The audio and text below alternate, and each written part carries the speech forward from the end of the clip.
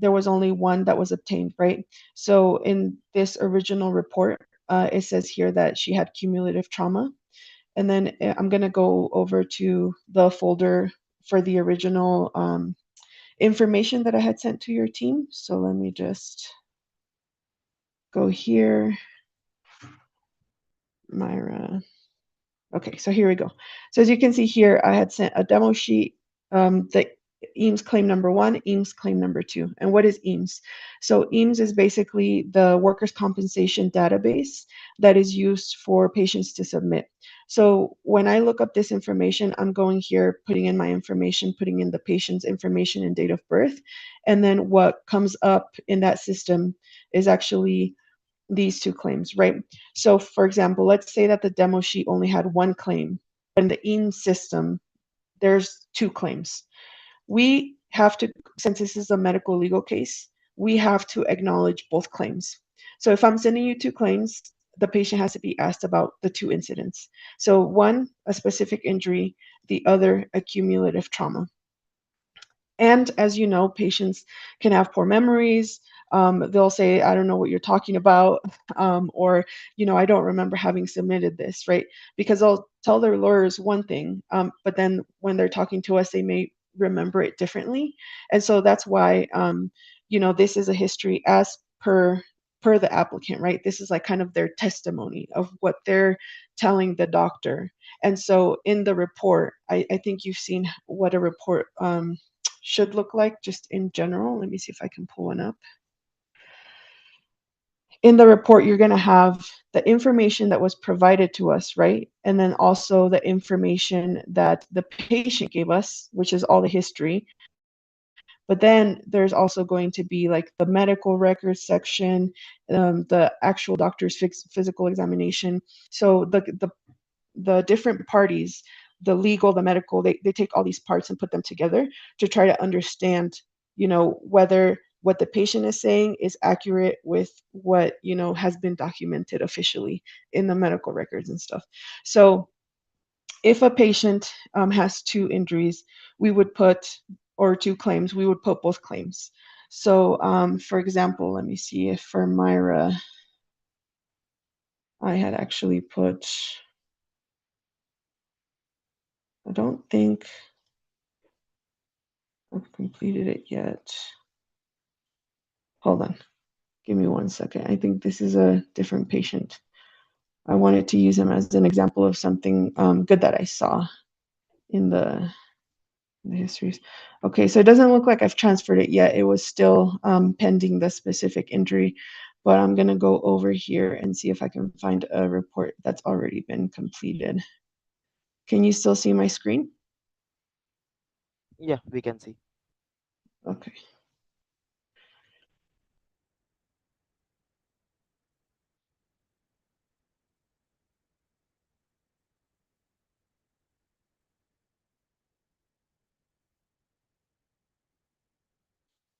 Okay.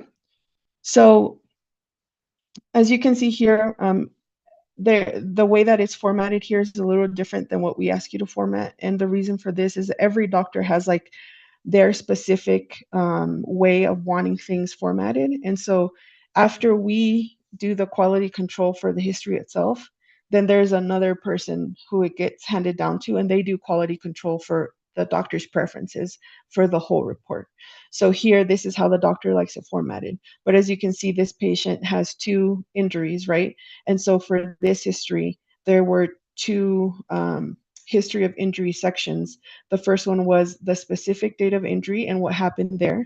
And then the second one was a cumulative trauma kind of wording that talks about all the things that led to that injury throughout the course of the employment, right? And so this is really important for consistency. So if you are probably going to be experiencing different scenarios or already have, where maybe the patient says, oh yes, I do have a specific injury, but I don't recognize the cumulative trauma. In those cases, it's really important for you to actually make a note of that, because it's almost like we're in conversation with the doctors, right? So like whatever we take down, they're going to take at face value unless we clarify some the information with them. So for example, if this patient is like, no, I don't have specific injury, it was just cumulative trauma over time, then here in the note section for the doctor, we would put, oh, what is this? Okay. In the note section, we would put applicant or patient is denying CT. They describe only specific injury, right? That way, or backwards, right? That way, if there's anything missing from this, then I know and the doctor knows, oh, since the patient is denying specific injury, that's why we only have a cumulative trauma section, right? So then we don't have to call the patient, we don't have to follow up or ask you for recordings because you've already told us during this call, the patient said they don't have a specific injury, right? Now, if it is the case that they do have a specific injury, then that information does need to be added. Now, there are some cases where the information in the demo sheet will be listed as a specific injury, and the patient will go, no, no, I just have cumulative trauma over time. So they describe it as a cumulative trauma. In those cases, I've noticed, and I think where the confusion is arising, is that this paragraph for specific injury is still being used, even though the patient is describing it as cumulative trauma. So even if the demo sheet or the EAMS says a specific injury and the patient says, I'm claiming cumulative trauma, and maybe they're not going to say it in those words particularly, but they're kind of leading you to understand that it's as a cumulative trauma, then you should be using this paragraph. Okay, even if it says specific injury on the demo sheet, because this is per the applicant, right? So it's whatever the applicant is telling us. And if they're saying it's cumulative, then these are the questions that we need to ask. Because if you say here, like, the examinee was, or the patient was working, and it developed these injuries through the course of, their regular job duties, that's too vague.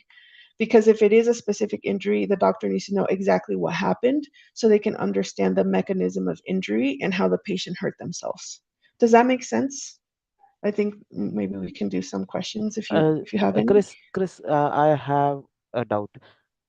For Yes. this history of injury, could you please repeat those points? Like, I'm little confused. Should I use the first para for the specific or the second? Okay.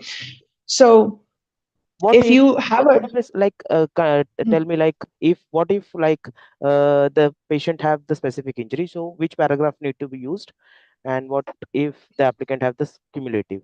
So could you please okay. clear that? Yes, sure thing. So if the patient has a specific injury and they say, yes, I got injured on this date, and they say like, I can't remember the date, but it was a specific date that it happened, then you use a specific injury.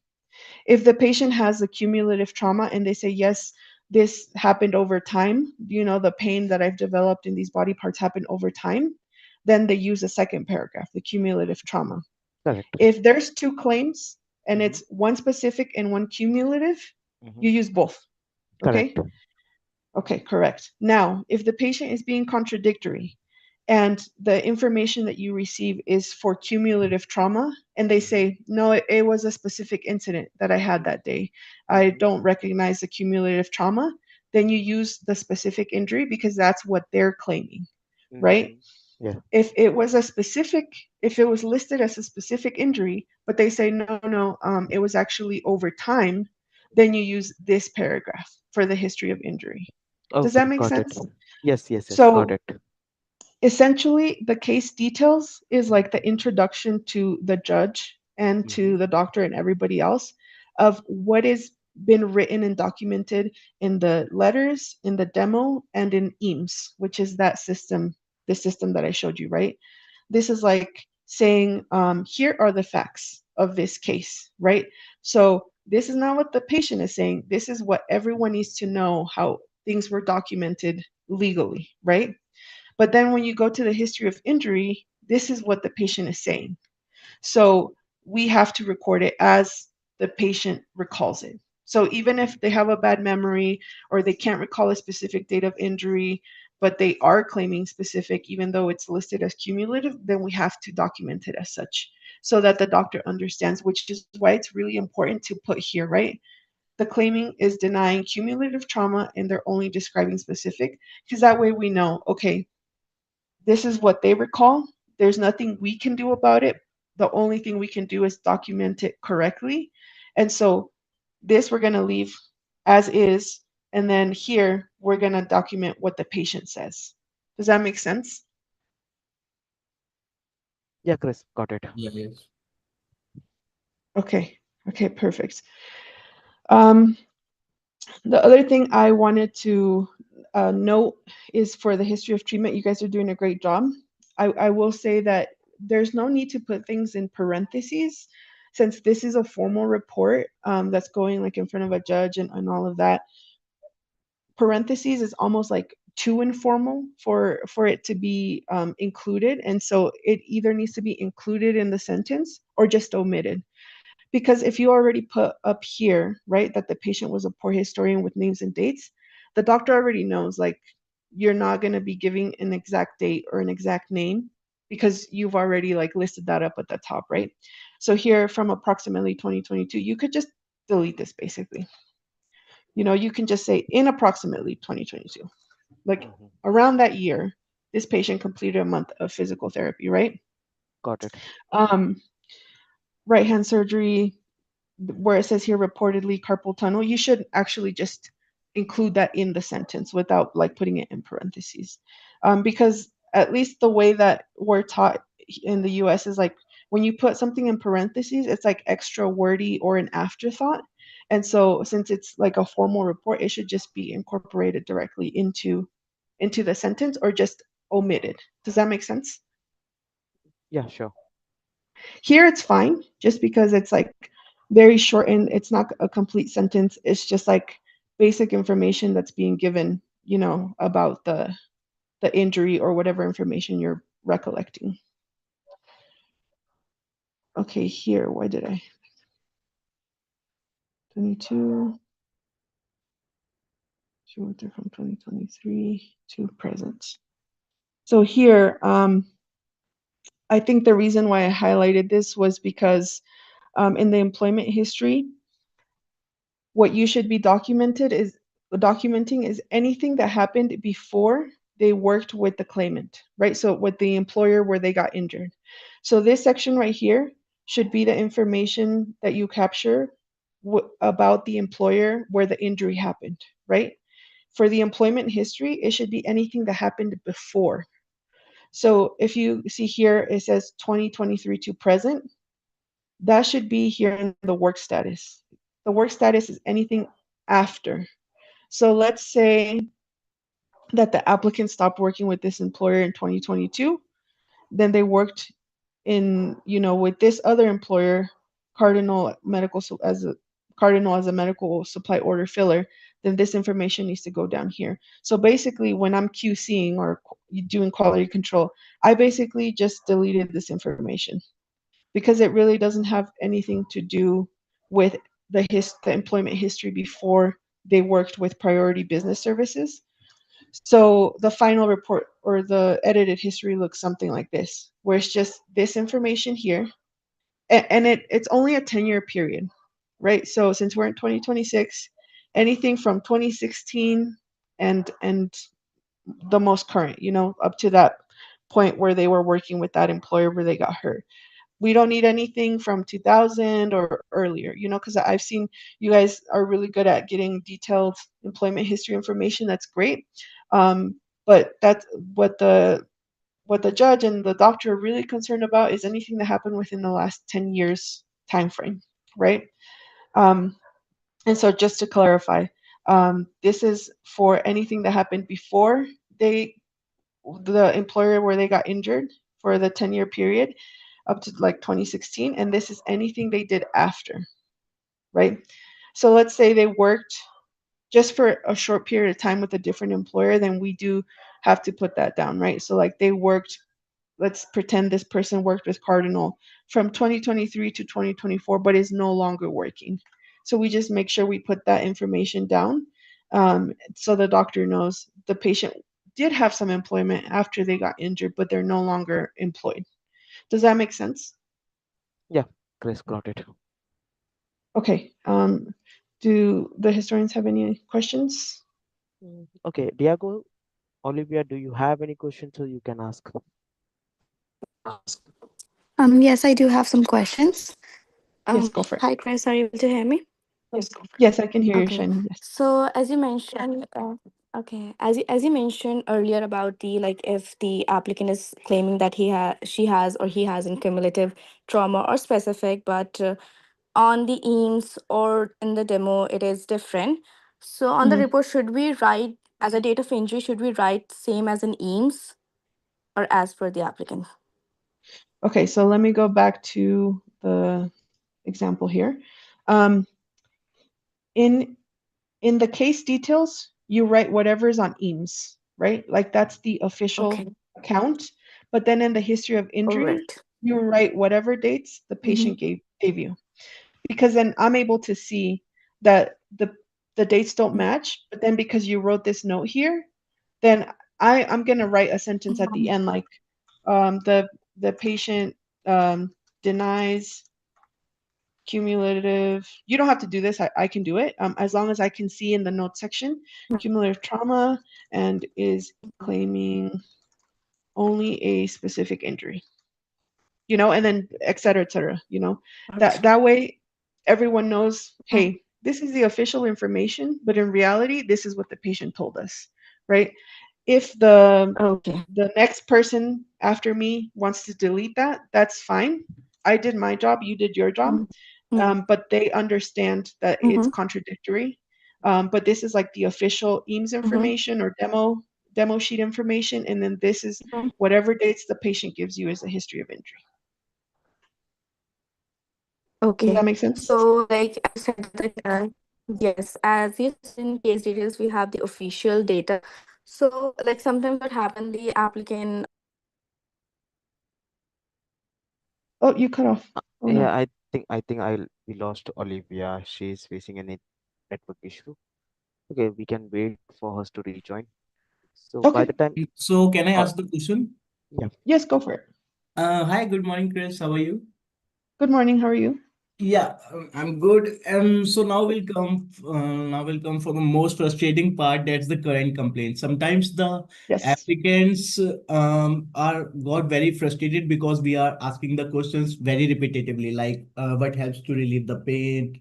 Like they always say Mhm. rest, massage, and sometimes it got very confusing for them also. And then they said that we have told you as that we rate like 7 or 8. So is there any possibility we can like change these questions or we can ask only one time?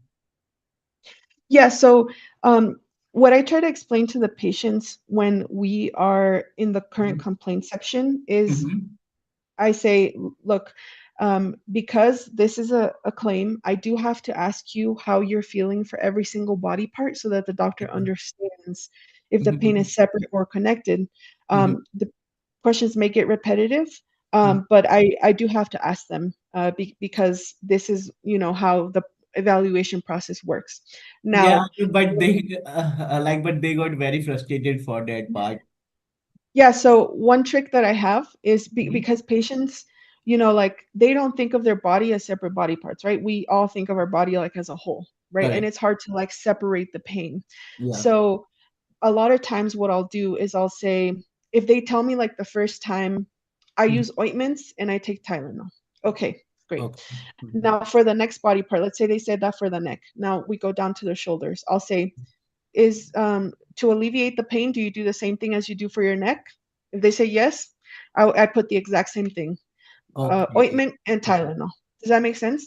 Yeah. And so I'm kind of like I'm thinking about it like continuously. Mm-hmm. So we go down to the, let's say we go down to the wrists and hands, and because it's a little more removed from that Mm-hmm. problem area of the neck and shoulder, I'll say, do you Mm-hmm. do the same thing as you do for your neck and shoulders, or do you do something a little differently? Do you massage or anything? And then they'll go, oh no, for the hands, I'll do this. Okay.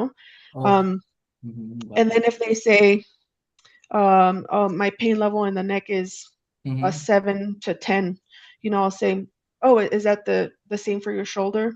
And they'll say, oh yeah, or no, it's different, you know? And so instead of asking the exact same question every time, I kind of bring it back, you know, to that previous body part, or I'll try to shorten it up for myself because it's easier for me if I'm not asking the same question, right? If I just say, hey, is it the same kind of pain? Or hey, are you doing the same kind of treatment? Do you do anything different than you do for your neck? Do you do anything different than you do for your shoulders? That way, it's just yes or no, and they're Mhm. not having to like rethink the question all over again. Does that make Okay, sense? okay. Yeah, got it. So, like the thing is, we have just to twist the question and ask him. Yeah, yeah, exactly. Got it. Thank you. You're welcome. Shina, sorry you cut off. Yeah, I'm really Um, sorry for that. no Okay, worries. so I was asking for the body parts. For sometimes it's happened that on the report we have only right shoulder is injured, but Mm-hmm. applicant listed multiple body parts. Mm-hmm. So Yep. should we write on the top of the file, also in the case detail and also at the top of the file, should we write all the body parts that applicant has mentioned or only the one we have on demo or EAMS? It's actually really important that we capture all the body parts that the patient mentions. Mm-hmm. So, like I said, you know, the first few sentences of the case details, that's like the thing we don't touch, right? If it says only, you know, arm multiple parts or it's being really vague, we list that down, right? But Okay. then if the patient is like, actually, you know, it's not just my neck, I'm actually also experiencing pain in my shoulders and in Mm-hmm. my hands. Mm-hmm. That is our cue Mm-hmm. that we not only take the current complaints for the neck, we also take the current complaints for the shoulder and the hands. And then we make a note, right, in the Mm-hmm. note section. The Mm-hmm. patient is claiming additional injury to the shoulder and the hands, right? Okay. So, so there's this continuation of the information, right, where we can't ignore what they're saying because then the doctor, it cues the doctor to be like, oh, so they only claimed neck at the time, but there must be some sort of compensating pain or something that Mm-hmm. I need to look into that Mm-hmm. happened maybe after, right? And the patient will usually clarify that for you Mm-hmm. in the history of injury Mm-hmm. section. But Mm-hmm. it's always really important that we obtain whatever the demo says and then whatever the patient says as well. So we're kind of clumping those together in Okay. the history of injury and the current complaint section. Does that make sense? Okay. To sum up, like we will take the current complaints for those body parts, and in a Yes. case section, and at the in the top of the like report, we will Yes. only write the body part that has been mentioned in the demo or EAMS. Yes. But in the notes section, you're going We to will add put that it. additional Okay. information for the Uh, extra body parts that a they're claiming. follow up question with this one. Mhm. Sometimes on the demographic, like I have open for Catherine or Hello, it is mentioned like the Mhm. body part one back, hip, thigh, knees, and body Mhm. part five other body system. So like, what will it be? Other body systems. Other bodies, yeah, that's very big. In those cases, Mm-hmm. because it's really hard to explain to the patient what other body systems means, you can say, so these are the body parts I have listed. Is there anything else or any other body part that you're Mm-hmm. claiming into, right? Mm-hmm. And if they say no, that's fine. So you just leave it as is, Mm-hmm. whatever it that they're listing. Where you end up capturing this information is at the bottom of the current complaints. Mm-hmm. This portion here that has all the extra, this is Mm-hmm. what we would consider other body systems. Let me see if I can go to Okay. All right. Okay. So here you would just ask, okay, we've talked about, you know, the claimed body parts. Are you experiencing any additional distress, or are you suffering from any additional complaints because of this injury? And then, Mm-hmm. you know, you can just go down the list. If they are claiming these, you list down what they're claiming. If they're Mm-hmm. not claiming it, just delete it, you Oh, know, yeah, because sure. it's not relevant. So Okay. usually other body systems really refers to this, but because it's kind of confusing at the beginning, you can just say anything else that you're claiming. That way you know if you have to ask about additional body Mhm. parts or Mhm. if you just ask about these things, you know, as you're Mhm. doing the interview. Okay. And I also encountered one situation in which, like on a demo, they are stating that they have a pain in, for example, in thighs. But when I asked them about the questions of thigh, they said no, I do not have pain in it. So should I like skip that part?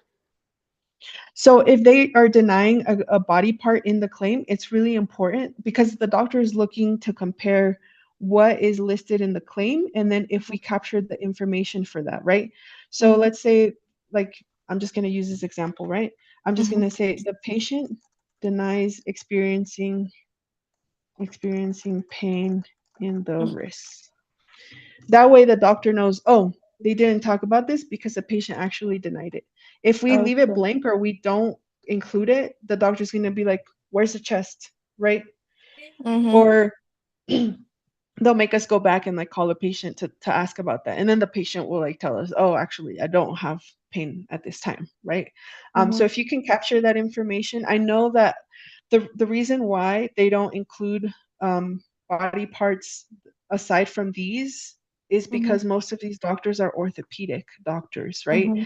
And so it's not in their expertise to talk about other body systems, like, chest pain, which could be like a pulmonologist, Mm-hmm. or ears, which is like an whatever they're called. So Mm-hmm. typically what I do is like I will just put a quick paragraph. I personally just made this for myself from the other templated wording in case there's any body part or anything being claimed that is not orthopedic. So I can just kind of quickly ask the patient about it and see what it is that they're describing. I'm not going off of the particular script per se because these are kind of more orthopedic questions. If the patient just has, like, for example, ear, right? Like, Mm-hmm. and they'll say, oh, I just have a persistent buzzing in my ear. Then Mm-hmm. I just like note that down.